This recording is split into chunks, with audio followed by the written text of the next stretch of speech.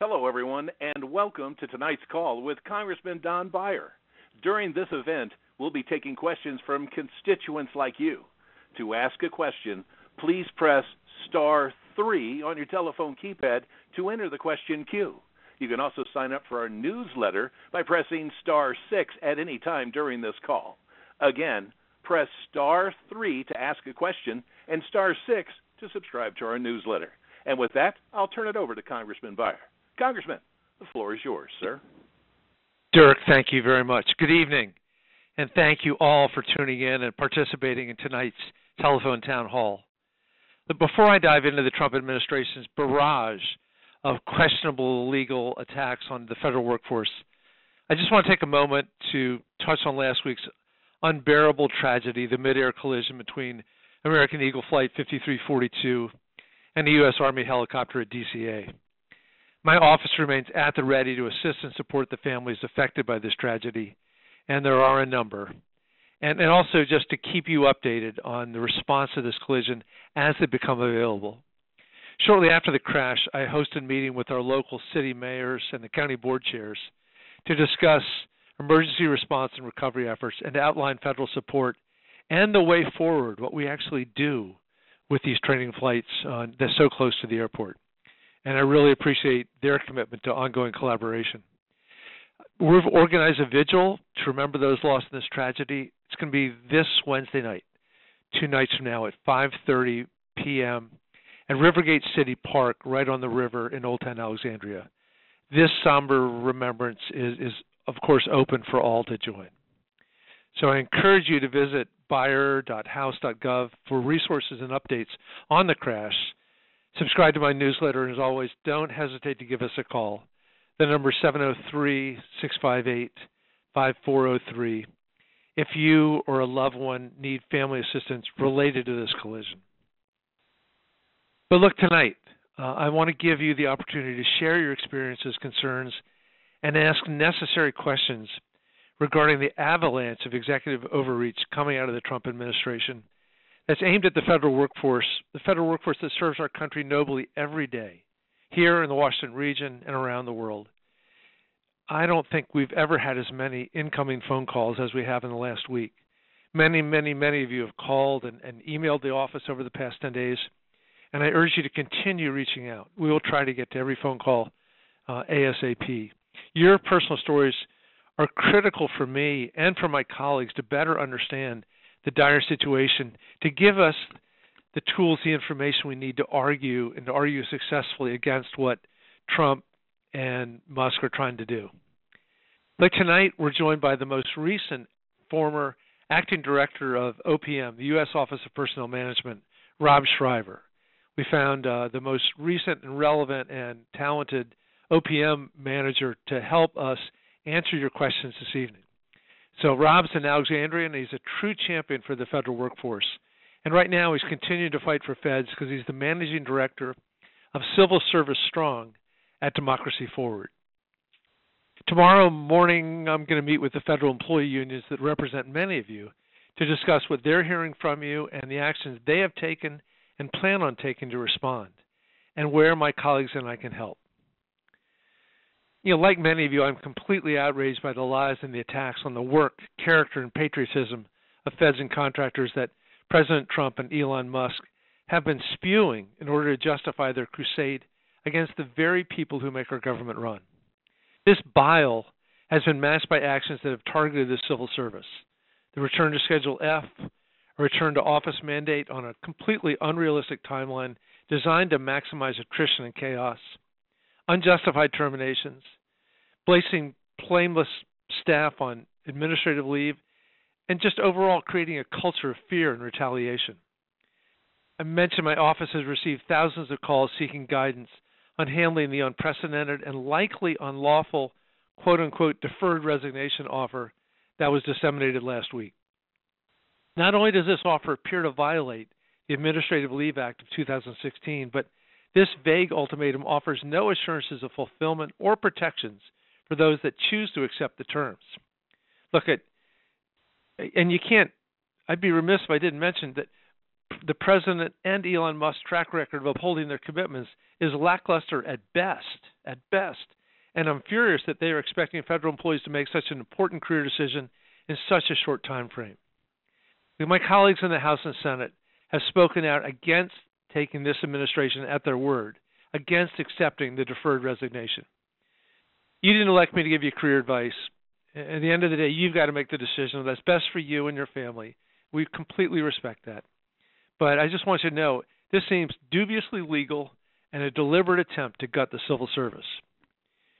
Your work every day is essential to the functioning of the U.S. government.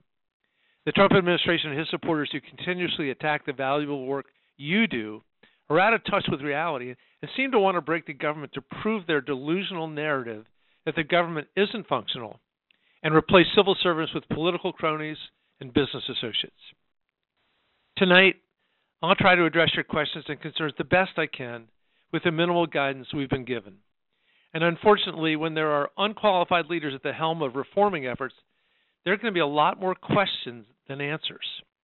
Letting a social media-addled, unelected billionaire who has little understanding of how our government laws work, let him dictate what government efficiency looks like, and let him have unfettered access to government information and funding structures is deeply troubling. Earlier today, I hosted a press conference with many of my House and Senate colleagues outside the USAID headquarters, and unfortunately, we were barred from entering the building. We're going to continue to shine a light on the manufactured crisis unfolding across the government. I'm also paying close attention to the ongoing lawsuits being filed against these executive orders and actions. There are currently more than 20 different lawsuits challenging at least 11 executive orders.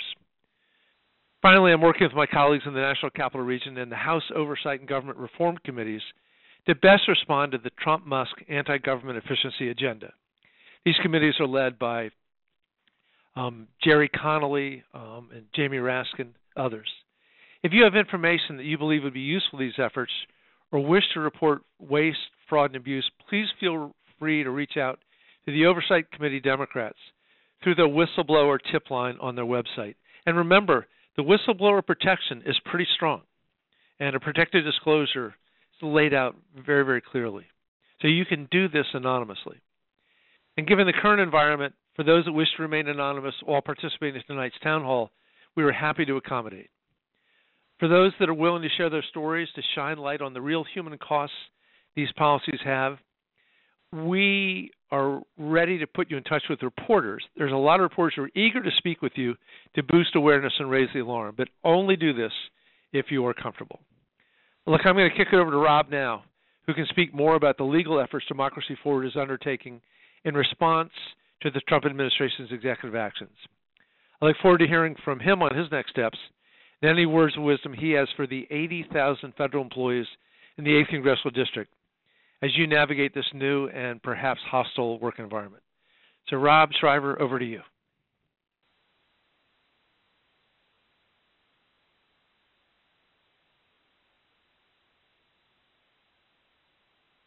Thank you for being such a champion of working people in the 8th Congressional District. It's my honor to join you here tonight.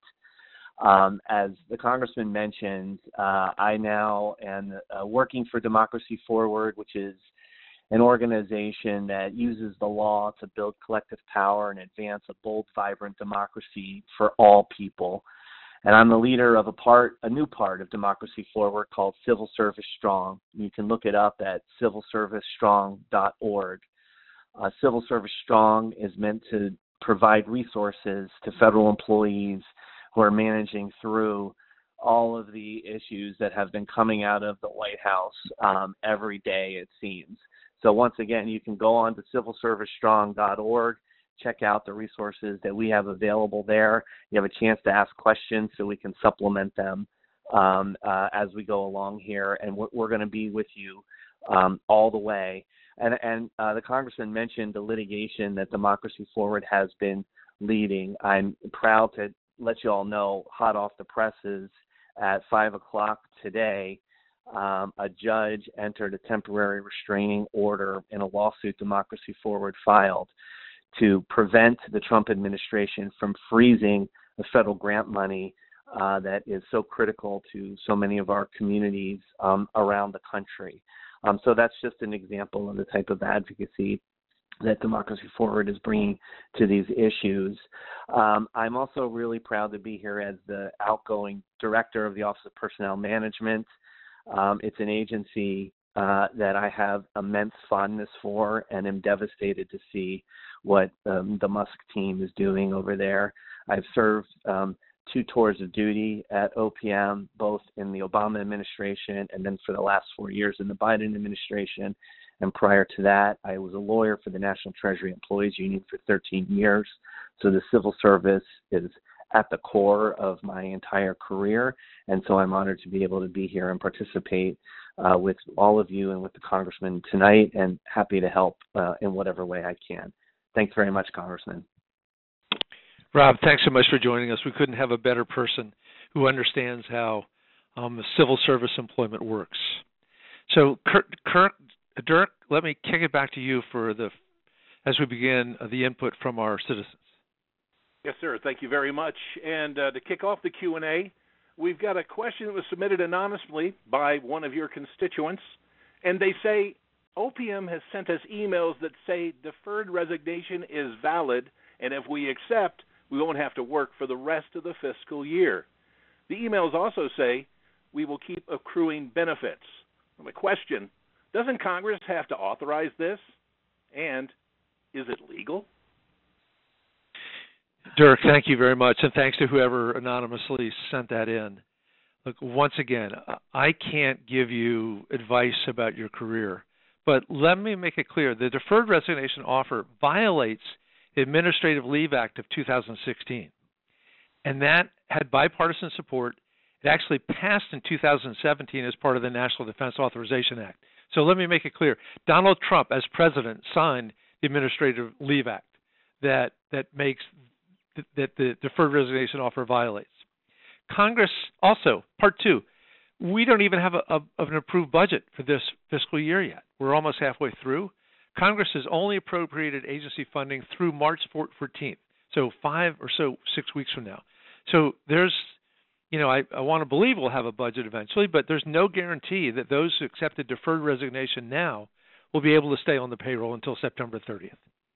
And then finally, OPM's FAQ, their frequently asked questions, provides no guidance on whether all those that choose deferred resignation will be accepted.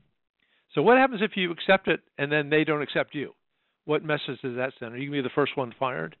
Nor does the resignation or the FAQ clarify what protections you forfeit by signing the deferred resignation. I think virtually every Democratic congressional website says this is a bad deal. Don't do it. However, I'm sure there are individual family situations where it does make sense, but please go in with your eyes wide open. Rob, do you have anything to add to that? I think that was very well said, Congressman. I would just add that, Congress appropriates money to agencies to carry out specific functions. It does not appropriate money to agencies to pay employees not to do their jobs. And then the other point would be that there are legitimate, valid ways for the administration to carry out the government restructuring that it appears intent on doing. There are rules that govern early retirement. There are rules that govern separation incentive payments. Employees have the protection of the laws and the regulations that implement those programs, and those are deals that you can count on.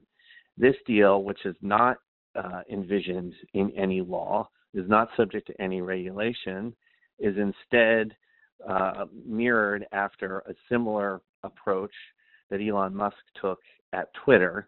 And I think folks should be aware that he was the subject of a class action lawsuit for not living up to that deal when he did it at Twitter. Forewarned. Thank you, Rob, very much. Dirk, back to you. Okay, let's get to the phones now. And again, if you've got a question you'd like to ask during this call, please press *3 on your telephone keypad. And right now, we've got an anonymous FEMA employee joining us on the line. Welcome to the call. You are live. Go ahead with your question, please. Yes, hi, thank you. My question is, there have been Donald Trump seems to be picking on particular agencies, and I just wanted to know what kind of resources or recourses might be available for a federal government employee who is part of a reduction of force. And I just thought I'd ask what your opinions might be about that. I'm happy.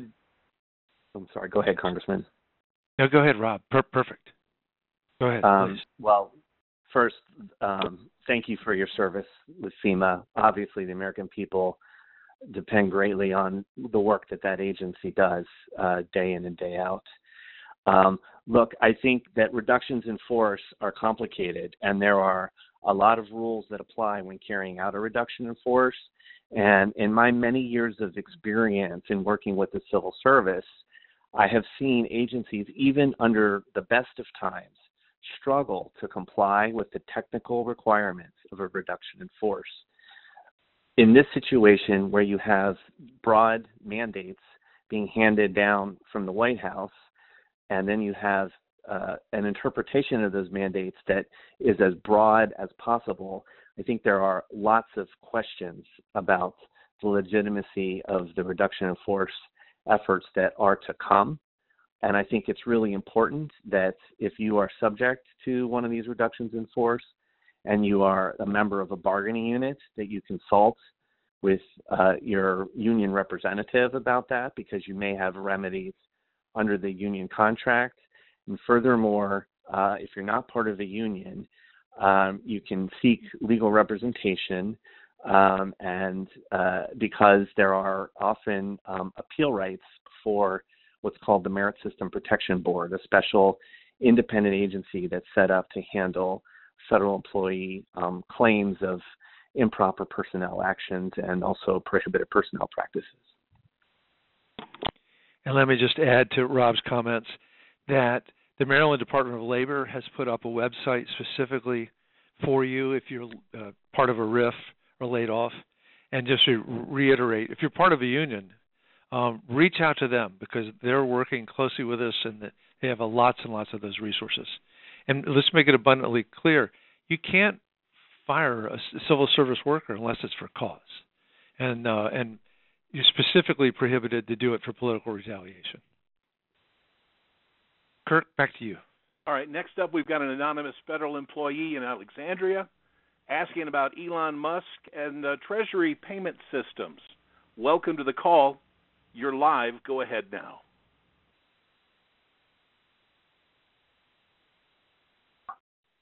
Hello there.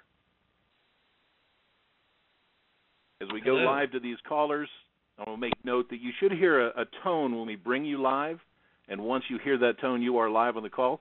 So go ahead now.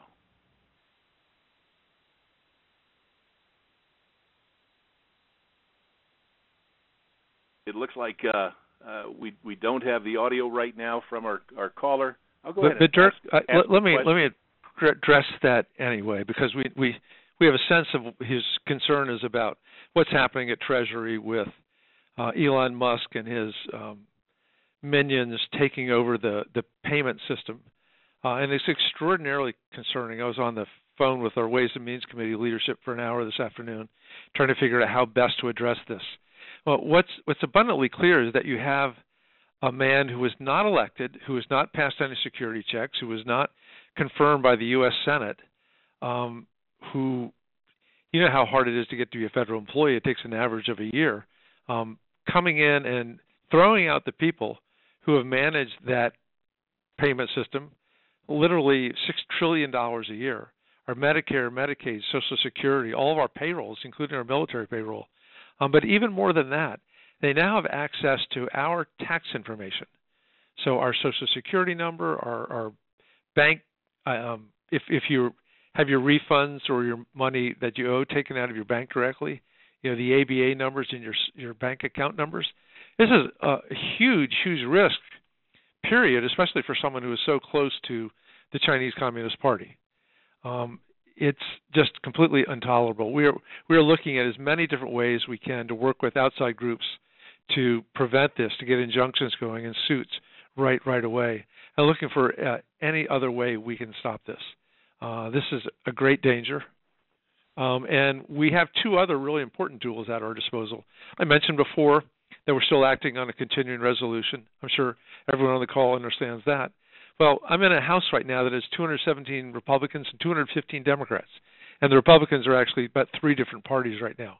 So they need Democratic votes to be able to advance our budget, keep the government open, keep what does now have Donald Trump's government open. And then part two, we've already exceeded the debt limit. We're working on special measures right now. To raise the debt ceiling, they are absolutely going to have Democratic votes in the House and the Senate. So we have meaningful leverage, and we intend to use that leverage to the best of our ability to get Musk out of the payment system, out of all of our personal business. And Rob, I welcome you to add anything you like. I think you covered it, Congressman. Thank you. Dirk, back to you. Thank you very much, Congressman. And I would like to remind everyone that the Congressman and his staff put out a very informative e-newsletter. And at times like this, it's very important to stay informed. You can get enrolled in that this evening by pressing *6 on your telephone keypad. Again, get signed up to receive frequent updates from the Congressman and his staff by pressing *6. And next, there's a question of the legitimacy of this retirement option. And let's go live to that caller. Caller, you are now live with the Congressman. Go ahead to ask your question, please. Hello, good afternoon. Thank you very much. The question is, we have, as mentioned before, a number of emails going out, including a flurry today. I think I counted at least 4, many of which purport to support the legitimacy of this particular action, the deferred resignation, providing a sample agreement between the agency and the employee. It all seems kind of on the up and up, legitimate, but obviously there's a lot of questions regarding the reliability of this agreement. So the question is, can the federal government, if this offer is accepted, can we hold the federal government to account to enforce any such agreement and the offer? Thank you. A very fair question. Let me kick it to Rob Shriver. Yeah, so I think you're right to have skepticism about that. And I've seen many of these emails, and to me the question is, why are they trying so hard to get so many people to accept this so-called deal? I saw that they have sent out the template of an agreement. I guess my question would be, if they don't live up to that agreement, what is the vehicle for enforcing it? And also my question would be, even if there is a vehicle to enforce it, that takes a lot of resources, energy, effort. And I think sometimes you've seen a strategy from this president to try to wear people out through the judicial process in his private and professional dealings. So I'm very skeptical of their ability legally to hold to the terms of the deal and of their word on this. And I would point back once again to the fact that there are normal procedures that could be used to accomplish the same goal that they are trying to accomplish, that are established in law, that are implemented in regulation, and that federal employees can count on. And so once again, I ask the question, why aren't they using those procedures? Why are they making up something new that is at best of questionable legal validity? And this is Don. I would just have to add, look at Donald Trump's lifetime of business, and he has screwed people he's owed money to every single chance he's gotten. He's gone bankrupt, I believe, at 6 different times. There are many places he couldn't hold venues in the campaign this last year because he hadn't paid them from 8 years ago. I don't know why you would ever trust this man to follow through on a promise that he'd made financially. It's just not in his nature. Dirk, back to you. Thank you very much, sir. And next we've got a federal contractor joining us. and concerned about a government agency that's not been vetted. You are now live on the call. Go ahead with your direct question, please. Hi there. Thank you. So as stated, federal contractor but not employee. However, we do work closely with the Department of Energy, maintaining a system that contains certain nuclear information. And so our concern is, what do we do and how do we respond if these people from Doge or whatever come banging on our door demanding access to systems when they've not gone through the proper clearances processes to get that system access? I think it is a real concern because the vetting process, and again, this is Rob Schreiber here, the Congressman may want to weigh in as well. The vetting process is not just a technical HR, annoyance that should be avoided. The vetting process checks for things like whether somebody is subject to blackmail or whether somebody is a foreign agent, or whether they have issues with their character that make them unable to have responsibility for large financial systems or large data sets of personally identifiable and personal health information. These are important measures that have been not only implemented but strengthened over time to make sure that the American public was protected.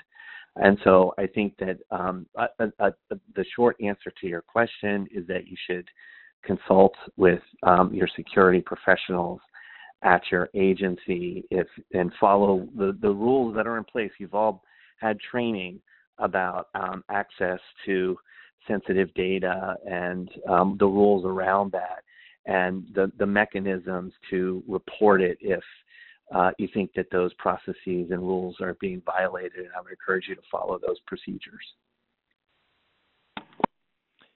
Thank you, Rob. Back to you, Dirk. Thank you very much, Congressman. And next up, we've got Lynn joining us as USAID on her mind. Lynn, go ahead with your question, please. Yeah, good evening. First of all, thank you, Congressman, for your vigorous defense of USAID and the work that it does around the world earlier today. I am a USAID implementing partner and work throughout the international development and humanitarian community. I'm also a small business owner. My spouse is also engaged in the sector, and over the last 10 days, we have seen thousands and thousands of jobs lost. And while we're having important conversations about national security, national interests abroad, and how important this work is for our stature around the world, it is also having very real economic consequences in our households. I'm worried about the viability of the small business that I own and the 50 people who I am responsible for, who work for us, and then the larger ripple effects in the region. And I'm wondering what your thoughts are about the economic impact on households and the greater DMV region. Lynn, thank you, and I'm very sorry for your small business and many, many others. At the press conference today in front of USAID at the Reagan Building, I heard story after story of contractors who had just lost their businesses, lost their livelihoods. We are fighting back as hard as we can on getting federal judges to lift this pause, this freeze, for many reasons. You mentioned that the economic impact, which would be very real, especially around here in Northern Virginia, to greater metropolitan Washington, but also because of the impact everywhere in the world. I thought Senator Brian Schatz made the very clear link today between instability anywhere in the world becomes instability here at home, that America is safest when the rest of the world is stable, and that we are literally, people are losing their lives to malaria, to Ebola, to pneumonia, to all kinds of things around the world without our money, and especially the PEPFAR money being cut and the people that are doing that. By the way, the people that are losing their jobs, your contractors overseas, are already in the most difficult places. I mean, they're not, living the good life here in the United States. They're sacrificing a great deal, and to be cut off like this is just unconscionable. So we're going to do everything we can to fight back. I think Gene Vindman, our new congressman from Prince William County, 25-year Army veteran, pointed out that when we give away our foreign aid money, when we lose that, which is less than 1% of the federal budget, we need to double or triple our military budget to make up for it from a national security perspective. So we're going to do our damnedest, Lynn, to try to get this money back. Because, as we put it very frankly, it's illegal what they're doing. This is money that went through the authorizing process. It went through the appropriations process, Democrats and Republicans, signed off by the Speaker of the House, by the Majority Leader of the Senate, and signed by the President of the United States. Elon Musk can't come in and say, oh, okay, now we're not going to spend it. That is unacceptable, and we'll do everything we can to fight back. And thank you, by the way, very much for your service. It's critical for America's future. Now, Dirk, back to you. Yes, sir. Next up, we've got an anonymous caller from Alexandria with the return to office on their mind. Caller, you are now live. Go ahead with your question, please. Yes. So with the return to office, there's infrastructure that's needed at the offices that may no longer be there. Specifically, the Navy Yard, as a result of the land swap deal between the Navy and the District of Columbia, is in process of losing 1,500 parking spaces. So there's no longer, or there will no longer be, enough space for employees on the Navy Yard. And I'm sure there's many other examples there. So two parts to that. Can the land swap be undone? Or how soon can we get telework back so that we don't have to worry about the land swap? Good. Mr. Shriver, off to you. Yeah, if you don't mind, I'd like to level set on the whole telework, remote work question for a second, and it's not just because I don't know the answer to your land swap question, so somebody else might have to get back to you on that. But let's remember, folks, that telework was supported on a bipartisan basis for decades. It was actually Republican Frank Wolf from Virginia who sponsored the Telework Enhancement Act, 15 years ago. And let's also note that 54% of the federal government doesn't telework at all because of the nature of their job. They have to show up at the place of work every day. And then for the other 46% who do telework, they're in the office on average 3 out of every 5 days. So some of the data that you've seen out there that demonizes federal employees as, sitting at home and not working, first, it's just false. And second, it doesn't recognize how productive federal workers are on telework, including the fact that the federal workers kept the federal government going during the pandemic because they were able to accomplish so much on telework. I think that the policies of this administration, the one-size-fits-all approach, being jammed in here with such little notice, are going to be incredibly detrimental to the American people because they hurt federal workers. I'll give you one example. Cybersecurity is a profession that is in great demand across the entire economy. There aren't enough cyber workers to meet the needs in this American economy. The cybersecurity folks largely work from home, whether they work from government or work in the private sector or whatever. And so what is going to be the impact on the federal government cyber posture with this return to work mandate when cybersecurity professionals are in demand outside of the government and can get a job where they're allowed to continue to work from home? These are the types of considerations that I don't think this administration has taken into account. It's going to be the American people that hurt as a result. And I don't know when we'll be able to get telework back, but I think the negative impact of this decision is going to be felt by Americans, and hopefully that will help folks understand that this is a solution in search of a problem. Rob, thank you very much. So let me just add that the way Trump and Musk are doing this is a completely unrealistic timeline. People have adapted to this and built their lives around the telework policies that are in place in terms of babysitting and in terms of commute schedules. They're going to return to offices that don't have desks, that don't have computers on them. The phones don't work. It's just completely unrealistic. By the way, I also want to point out that in the last couple of years, since one of the sad but true benefits of the COVID crisis was a surge in U.S. productivity per person. Why? Is because you get up and you don't have to take a shower. You don't even have to put on a coat and a tie or get in the car we have the second longest commute of any neighborhood in the United States, and can start working right away. I mean, study after study have shown that people work harder at home than they do at work. And they're just moving in the wrong direction. And I agree with Rob. We need to fight to keep telework. And when you think about the knowledge-based jobs of the future, they overwhelmingly are jobs that are be filled by people who want to work at home. And we're going to rob the federal government of our best and brightest.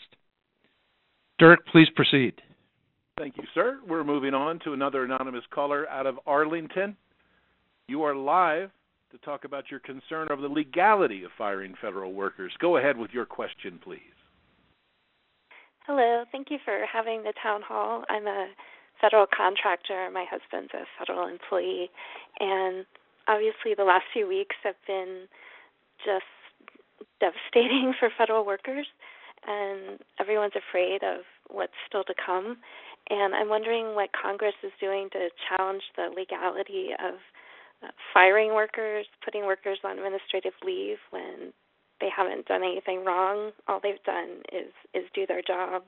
And also, what is the local congressional delegation doing to stand up for federal employees who it seems like everyone is demonizing now, and yet these people have, in many cases, given up opportunities in the private sector that might pay more, but they believe in their federal mission and in federal service.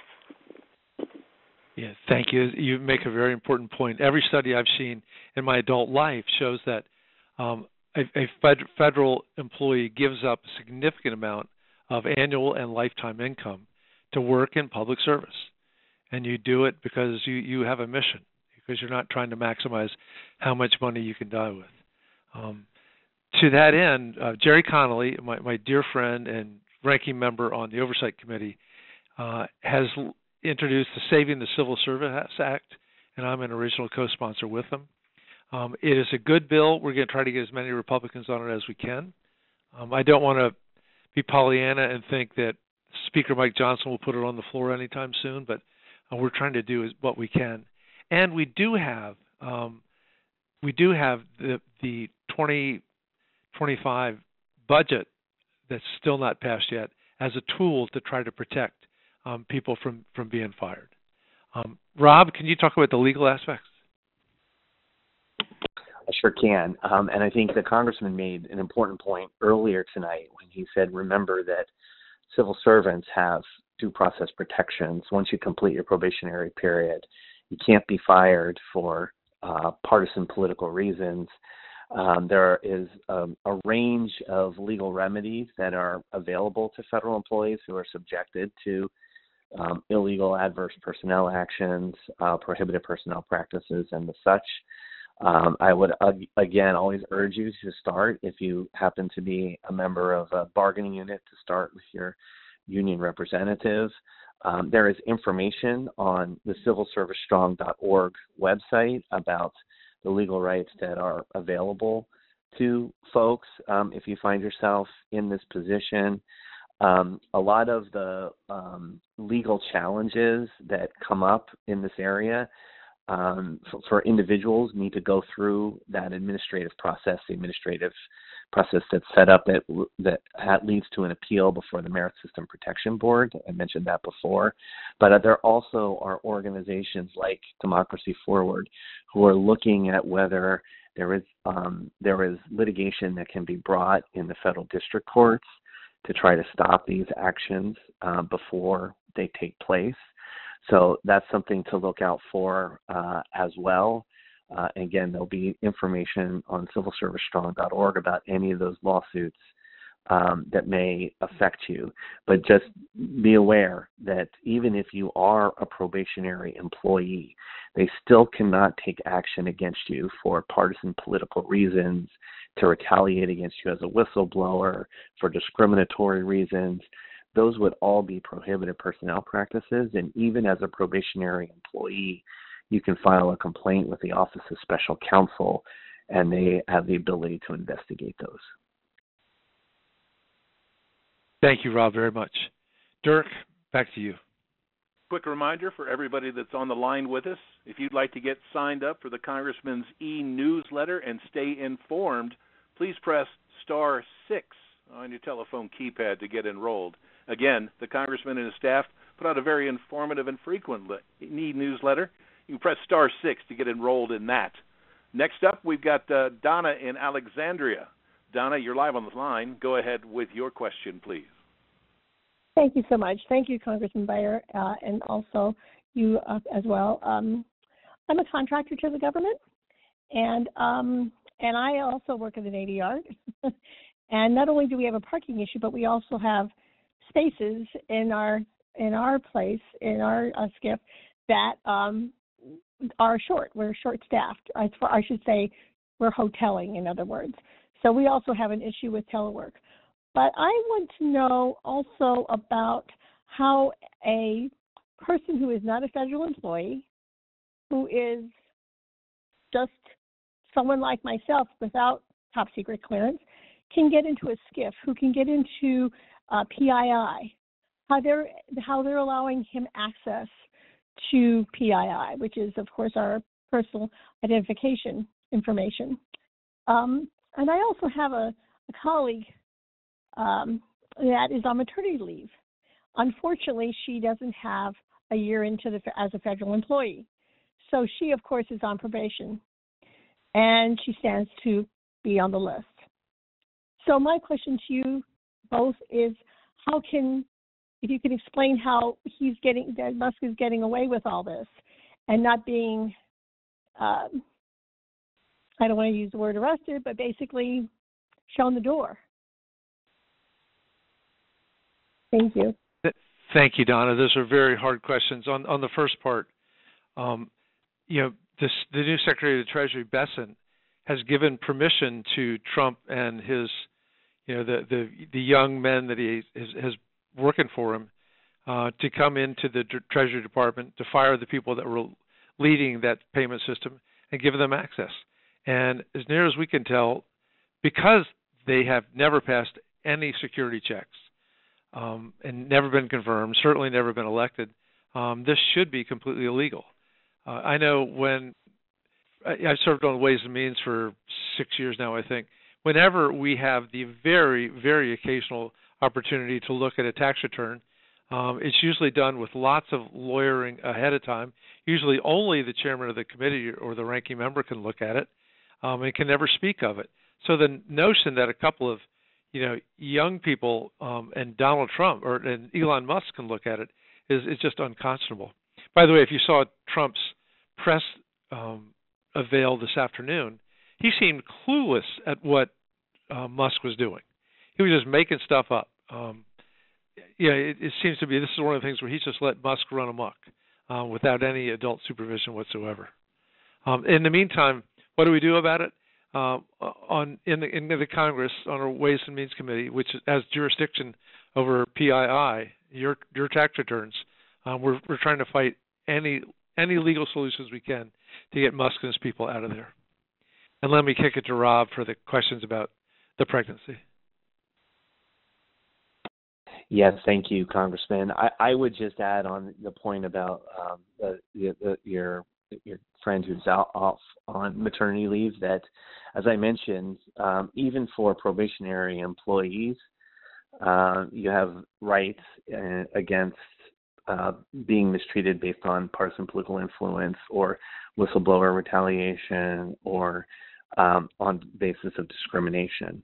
And so in the event that somebody who's a probationary employee would be terminated based on the fact that they were on maternity leave, for example, that would be a basis to bring a discrimination complaint. And again, I think in addition to the Office of Special Counsel, in that situation, you would look at your rights under the Equal Employment Opportunity laws, and there should be a process for an employee who experiences that kind of discrimination to file an EEO complaint. Thanks, Rob. Dirk, you're in charge. All right, sir. Thank you very much. And we've got an anonymous caller in Alexandria who's got the Schedule F on their mind. Caller, you are live. Go ahead with your question, please. Yes, thank you, and thank you for this town hall. My question deals with the new executive order dealing with formerly Schedule F, now referred to as Schedule Policy Career, and the roughly 13-page guidance that has been issued relative to that. When you read that guidance, it becomes very clear that a vast swath of general service employees can and likely will be recategorized into this new category of Schedule Policy Career, which then in turn makes them employ at will employees with essentially no civil service protections, as I understand it. And I'm wondering what can be done to stop that from happening, because I think that's the next shoe to drop once this, deferred resignation falls flat. This will be the next thing to happen, and then they can just remove a vast swath of employees that way. And I'm hoping that it can be stopped. Yeah, I very much hope that it can be stopped too. I thought this was one of the most important of the messages we tried to deliver during the campaign last year, is that Donald Trump had instituted Schedule F just before he left office, December of 2020, and we knew that it would come back with a vengeance, and it has. While he was out in the first 2 years of the Biden administration, we passed a law in the House prohibiting Schedule F, making it impossible. Sadly, it did not pass the Senate, where you have to have 60 votes. So we've tried a legal defense, a congressional defense, inadequately so far. Right now, all we can do is work closely with the unions, with people like Rob Shriver and Democracy Forward, and just fight back. It is terrible public policy. We go back to the late 19th century when the Pendleton Act was passed. That was to take away all the cronyism and the political favoritism in the federal government. Back to the days of Andrew Jackson. And you just imagine right now, his Schedule F before was 50,000 people. He's talked to numbers as high as 100,000. Who are they going to be? They're going to be your top GS 14, 15, 16, your SES people, your managers, your people that have 20 and 30 years of experience, your vast wealth of knowledge on how to run a very good government. And you're going to lose the people that make this the best country in the world. We worry about it because of the economic impact. Most of those people are in the greater metropolitan Washington area, Montgomery County, Prince George's County, all of Northern Virginia. So that will be terrible for us in the short run, but even worse for the government, worse for the world. I can't promise you exactly how we're going to vanquish this, but I promise you we are going to try in every way possible. And I offer Rob any opportunity to boost that. Well, thank you, Congressman. This is near and dear to my heart because while I was the acting director of OPM, we issued a regulation that went through the formal notice and comment process. So when you make major policy changes like this, you're supposed to go through a public process where you provide notice and you give the public a chance to weigh in, and then you address those comments. And we did that, and we issued a regulation that strengthened civil service protections to guard against an implementation of a new Schedule F. The guidance that came out from the White House purports to render inoperable portions of that OPM regulation. So the good news is that I can tell you, as a result of the way that they've gone about this, we filed 2 lawsuits last week to try to block implementation of the new Schedule PC. So we are fighting it in the courts. And then I think another thing that's important that we can all do a better job of is explaining to the American people, just like the congressman does, about why this is such a bad idea, because people hear, oh, you're just being made an at-will employee. Well, I'm in the private sector. I'm at will. Why is that a problem? Well, it's a problem because those civil service protections exist so that career civil servants can offer their honest, candid feedback. They can push back against decisions that they think are illegal, and they can feel like they can operate in their job based on their oath to the Constitution and the mission of the agency, and not based on some partisan loyalty. So when Americans go to the grocery store and purchase hamburger meat, they want to make sure that that meat was inspected by somebody who was hired because they know what they're doing and not based on who they voted for. Or when you apply for a small business loan, you want that loan to be considered based on its merit and not based on any political donations you may have made. And when you have wildland fires raging around your home, you want to make sure those federal resources are allocated based on the weather and the science and the evidence, and not on the political leanings of the neighborhood that you live in. So those are the consequences of these very technical HR-sounding things like Schedule F or Schedule PC. And the more that we can tell our friends and neighbors about what the real-world impact will be on Americans, I think the stronger our case is. Thank you, Rob. That's excellent. Let me just add two things. When you make the top 50,000 or 100,000 federal employees serve at the will of the president, that they're political employees, you're going to get wild swings every 4 years. There's a new president. It's tough enough in a very partisan two-party system to have the swings to the left and then back to the right. But can you imagine if the entire federal government does that? And then also think about it. When you're a political appointee, you know you're going to be there for 4 years. You possibly could spend a lot of that time thinking about what's your next job going to be and using your federal service to line your own nest for when the next president comes in and you lose your job, as opposed to people who are literally committed to public service for most of their lives. News just in before we go back to Dirk.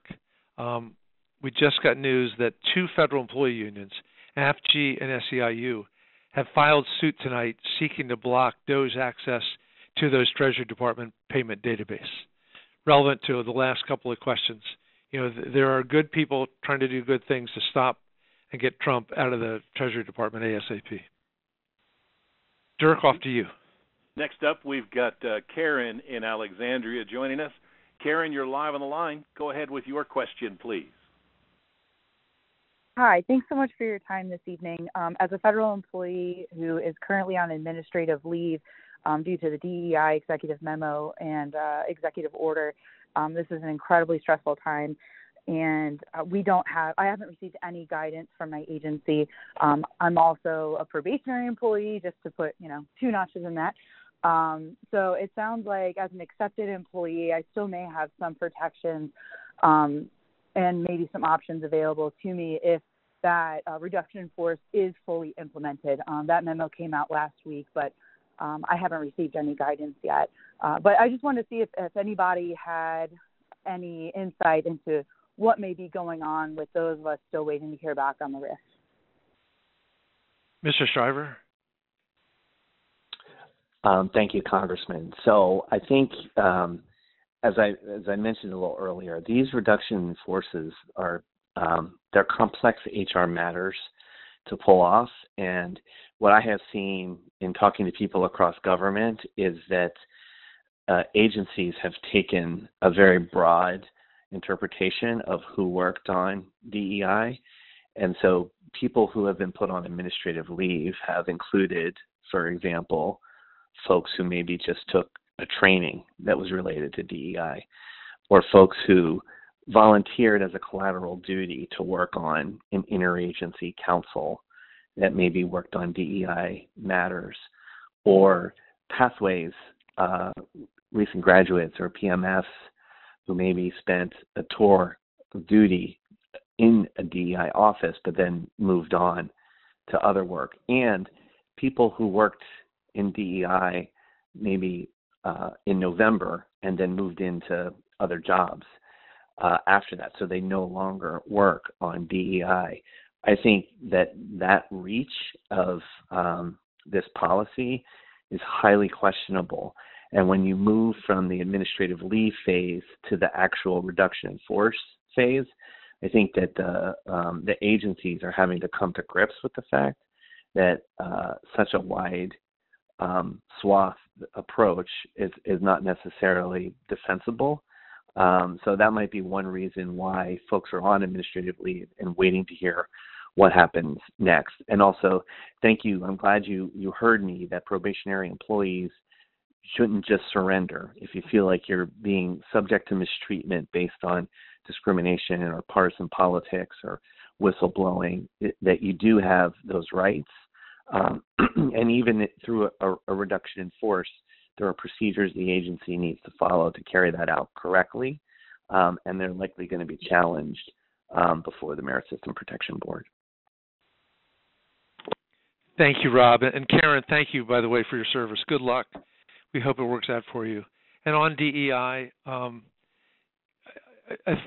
thought one of the saddest press conferences I've seen in a while was Donald Trump the other day on the plane crash, where the first 4 minutes he was sober and thoughtful and expressing sorrow, and immediately shifted to blaming everything on DEI, which is absolutely crazy and unfounded.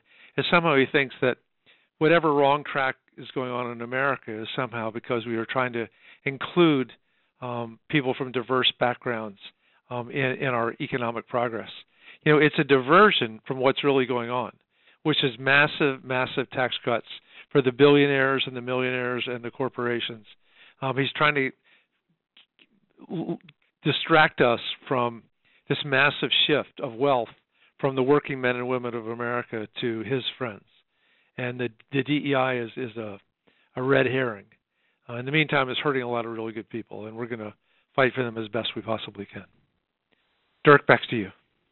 So looking at the clock, it looks like we have time for just one more question, and that honor goes to Carice.